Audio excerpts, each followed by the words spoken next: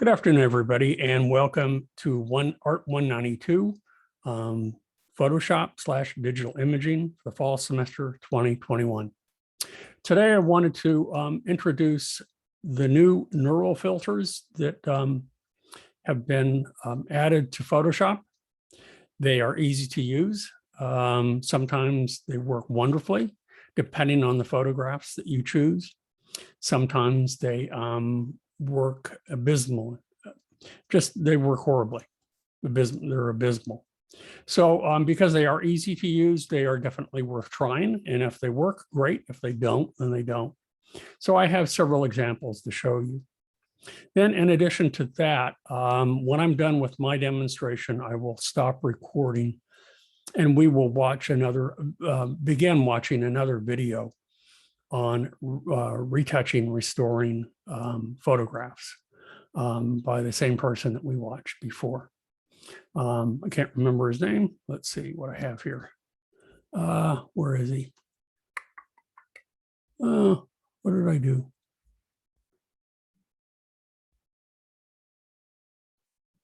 There we go, by Neil Rhodes. That's it.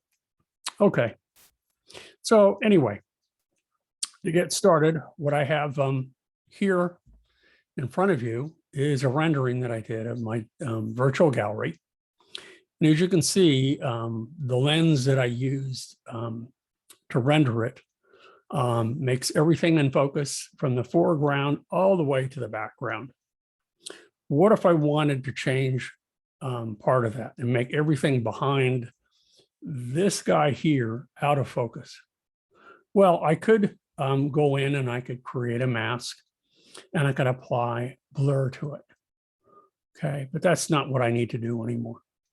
What I would like to be able to do, and maybe they will do this in future iterations of this, is to be able to control in the foreground what I want. But I think the blur is based on the people that are in your photographs.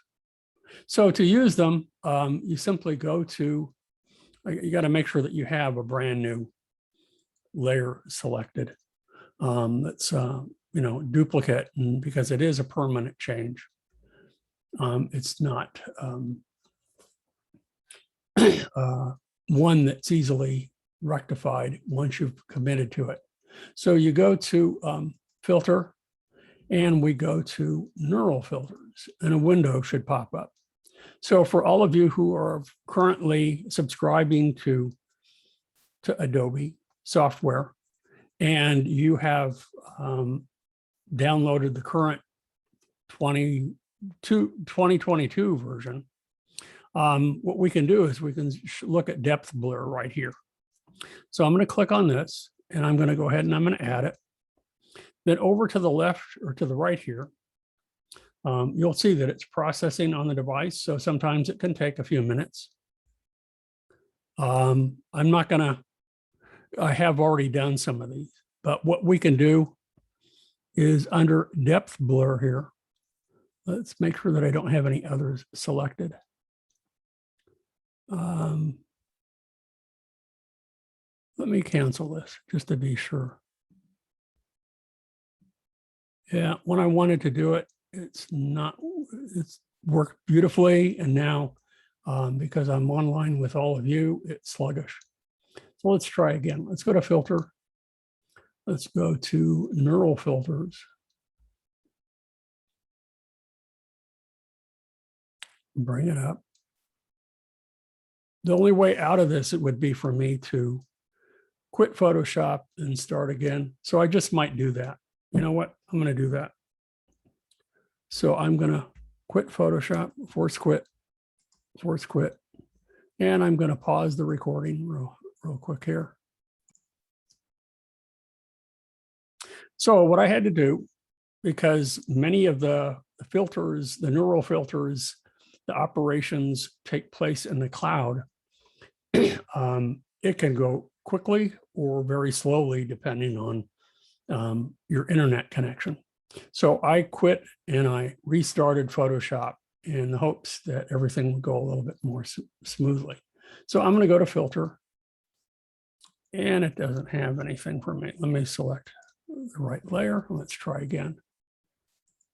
There you go. If you have a closed filter or layer turned on or selected, notice that that's hidden. In fact, if I turn it on, I don't know how well you can see, but this is one that I already rendered. And you can see behind this wall here, everything is slightly out of focus, or you can control how much out of focus it is. You can also control the depth if I wanted it even further back. You just can't bring it in front of the man here. And if I turn that off, you can see that everything is in focus again. So I'm going to select this layer and I'm going to go to filter and I'm going to select neural filters. Hopefully everything works a little bit more smoothly this time.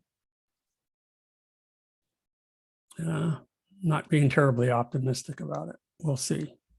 I don't want smart portrait. I want, there we go, depth blur. I'll turn that on.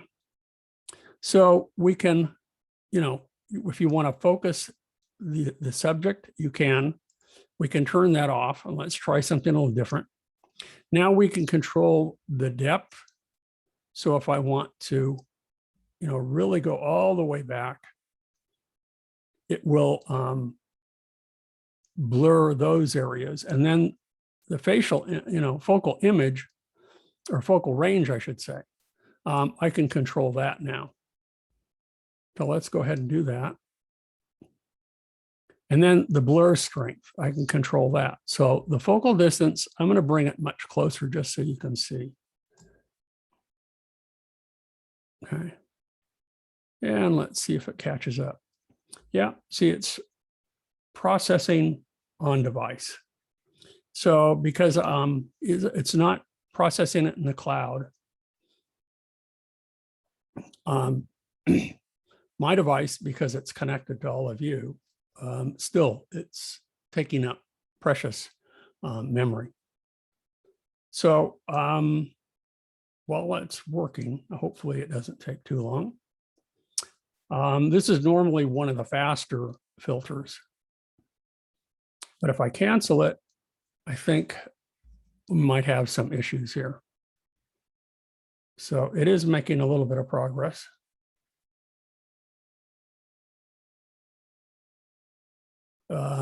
Let me go ahead again.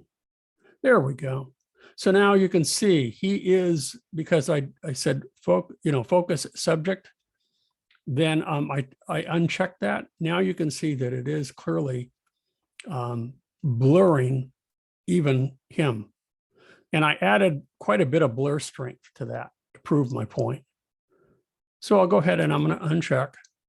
I want to cancel it. And let's try something else now. So what I'm going to do is I'm going to zoom back out and let's try another subject here and another kind of neural filter. One of the other ones that I have here, let's go back here. Not that one, I will come back to that. That's a ugly selfie of me. Let's pick this one here. So here's a sunset that I've, one of my photographs here. And let's look at some of the ones that I've already done, that I've already used. Now, one of the things that I could do if I wanted to, and I wanted to replace the sky, we can do that. And notice that's a pretty dramatic difference. One of the other neural filters that we can add to this too are changing the style settings. So here's one. These are very similar to some of the styles that I told you about on some of the programs like Picasso, Paint Can, PixArt, Waterlog, things like that, that are available on your phone. Well, these aren't that different. And we can go ahead and turn this one on. You can see that there's another filter that's been applied to that. So let's see how these guys work. So I'm going to select this layer here. And let's go ahead and bring up neural filters again.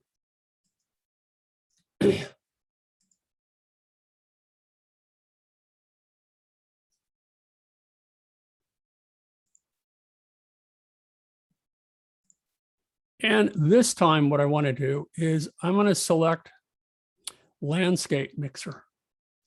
Okay. So I'm going to go ahead and turn this on. And we can decide from here from presets or custom ones. I'm going to just use the presets right now. But let me show you. Let's go ahead and let's select this one here. And I'm going to make sure that the strength is 100%. I want to make sure that it outputs to a new layer so I keep my other intact. Then we can decide, do you want this sunset, summer, spring, autumn, or winter? So autumn is upon us. Let's go ahead and try that and see what we get here. It's already processing on the device. And let's doing it again. So let's go ahead and make it 100% autumn. And let's see what we get for this. So again, it will take a couple of minutes. You can see down below in the lower left-hand corner here, it says it's processing on the device. And it should substitute the background that I have with the one that's here. And it will also change the coloration of all of this to match what they consider to be an autumn sunset. Okay. Some of the others that I'm going to give a try is if some of you have already maybe used, see that one, not so good, kind of funky. I don't like it. But as I said, some work really well. It can be experimental. Sometimes they just don't work at all. So I'm going to cancel that one. I don't like that. As I said, I can show you some of the others that are available here. So let's try again, but this time I'm going to try some of the settings here for, where do we have it? I want neural filters again. And this time we're going to try some of the ones, the style transfer right here. So I'm going to go ahead and turn that on. And let's see what we have here. If I select one of these, let's try this one here. I don't know if I've already tried it yet. Looks like maybe I have. So again, there are some built-in styles. You can also look at image styles if you want to adapt something else. And again, it's processing on the device this time. Again, some of them, and I don't remember which, we haven't run across them yet, are the ones that process in the cloud. Those even take longer. They're not immediate like they are the ones that I've noticed that are available on my phone.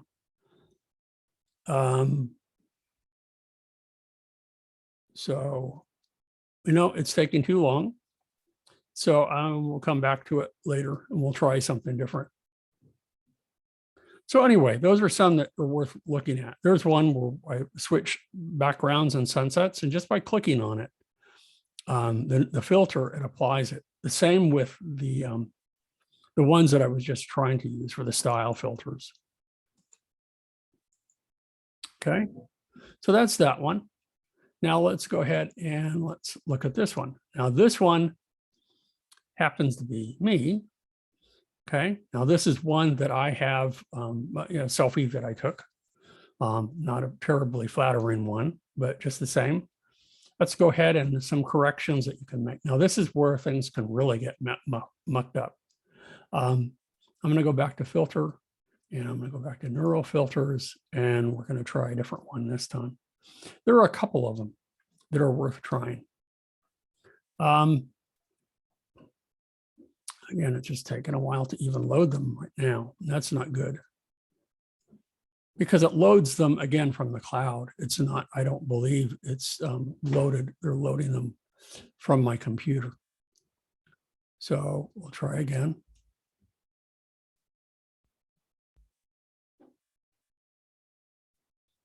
And by using too many of these, I may have really bogged down my computer. And that's unfortunate. But I encourage you to try them out. and see what they're like. So, yeah. So this isn't working as I had hoped today, because I'm glad that I prepared some of these though. One of the ones that really works pretty well too is that if you want to, you can take a black and white photograph and colorize it. And it works especially well with people. And I did that with this photograph, converted it to black and white first. And as a black and white photograph, I converted it. So let's go back again. Yeah, well, I'm going to have to pause the recording, quit Photoshop, and do it again. So let's pause the recording. So some that I pre-recorded here are already tested. You can see not a very flattering photograph of me, really showing my age spots, thinning hair, and that sort of thing. So I went back in and I added it. Now this isn't a very, still, I probably added a bit too much of the skin smoothing, and it took some of the frown from my face and it corrected it. And I thickened the hair. So how you do that? Let's go ahead and take the original again. And let's go back to neural filters and see if this will work here. So let's go back to neural filters and hopefully it doesn't bog down too much.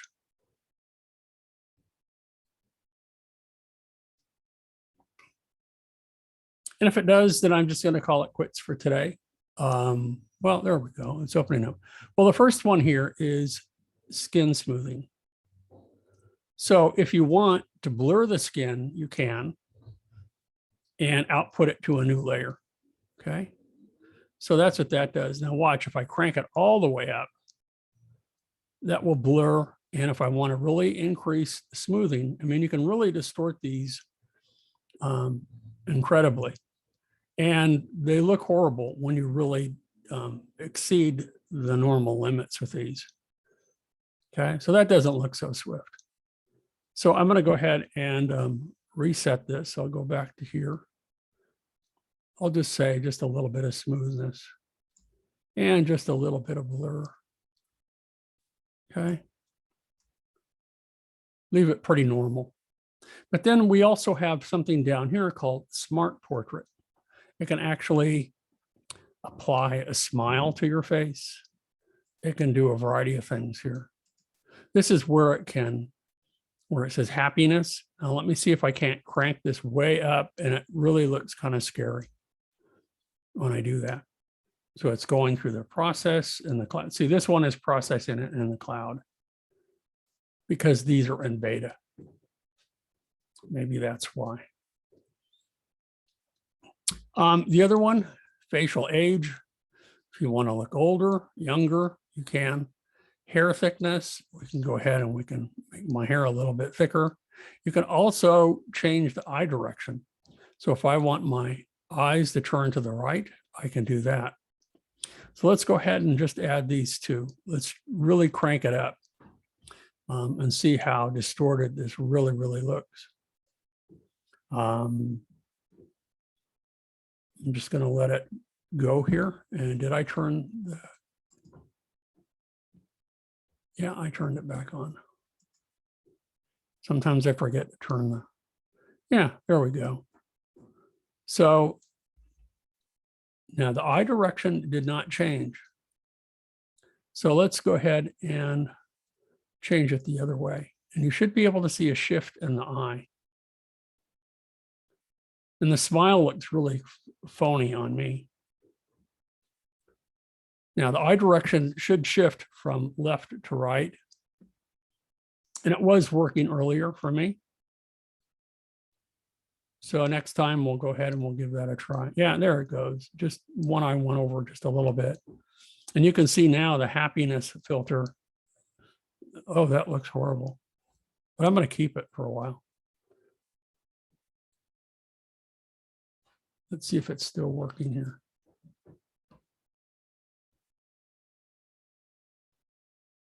Yeah, it moves it over just a little bit. Let's try the eye direction in the opposite direction and see if you can see the shift.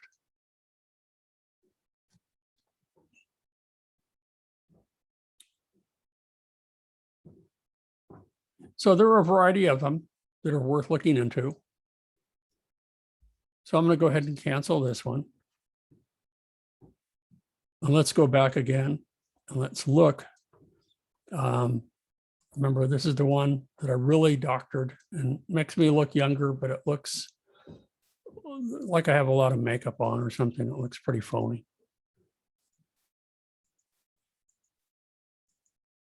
See that? So I wanted to try one more, and it was, let's see, it's not that one. It was this one.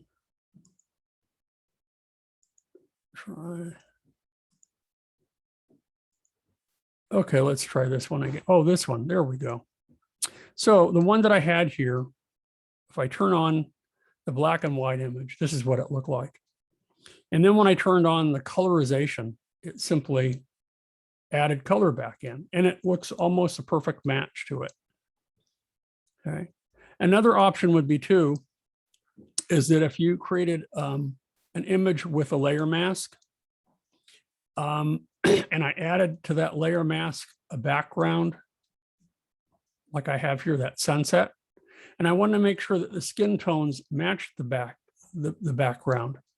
It will do that. And notice that it darkened my face and added the colors, the deep reds, and that sort of thing, to make it look like I'm a little bit more in that sunset photograph. So those are some of the things that you can do with these.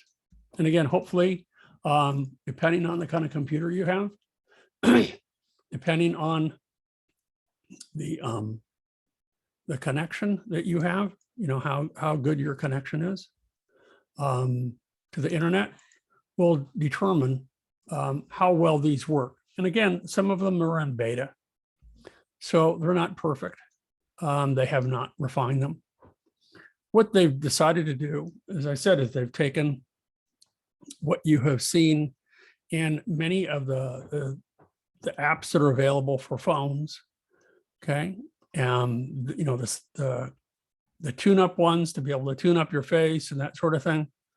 There's also one called makeup transfer, color transfer, which is kind of cool, from one photo to another. But again, all of these are taking a little bit. These are the ones down below that are in beta. The ones up here are the ones that are, you still, if you use some of these, you have to download them in order to make use of them. And then you have to, you know, take the time to apply them. Here is the colorized one, you know, and I said it does a pretty darn good job. You know, but it's already colorized, so that it's not going to help you. Okay. So those are the neural filters. I'm going to go ahead and pause the recording, and we're going to switch gears, and we're going for the remainder of our hour.